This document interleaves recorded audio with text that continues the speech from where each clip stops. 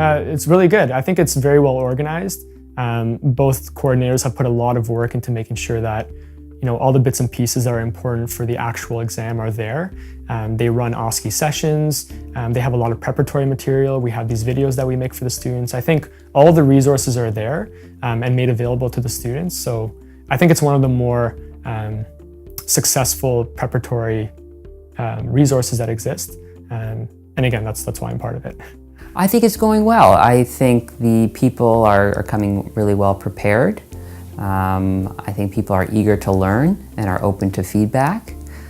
I think one of the key things is coming in without any, without any fears of making mistakes, and just being open to learning. I think most people are coming in with a good, positive mindset, and I think it's really nice because you get to see people take your feedback, work with it, and use it. And again, not just for the test, but for their clinical work in the future.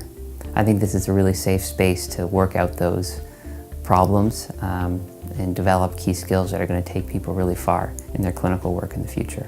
The NAC OSCE course is going beautifully. I mean, I'm slightly biased, but from what I hear from my students and everyone else that has taken the course, it's been a great opportunity to not only mentor other students, but to learn from them and build a network of people that you might not see in your day-to-day life.